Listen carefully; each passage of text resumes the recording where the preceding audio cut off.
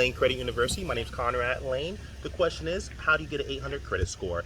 At that point, from my own research, and a lot of people will actually agree with this, but do your own due diligence. Don't just take my word from those who litigate me.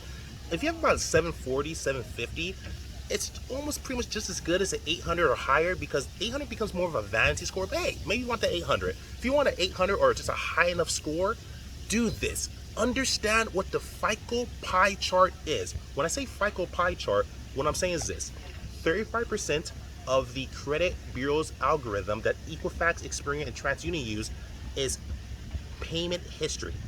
Paying your bills on time will do you a world of bliss and happiness and really benefit your credit if you pay your bills on time, because it's 35%. It makes the biggest chunk of the pie.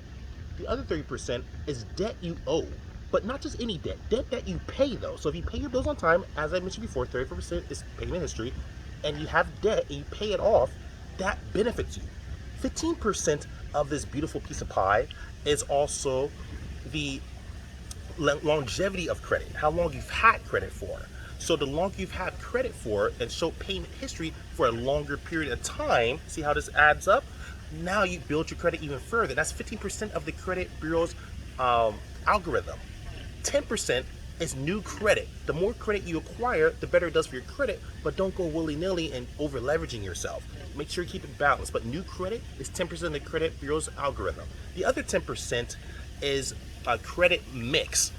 New credit and then credit mix. Having different types of credit, car loans maybe, auto loans, personal loans, credit cards, etc. Having different types of loans and financing and debts will typically serve you as long as you pay it on time, and definitely in the positive. And that's how you start building your credit to get to that high 800 or at least around 740 or higher.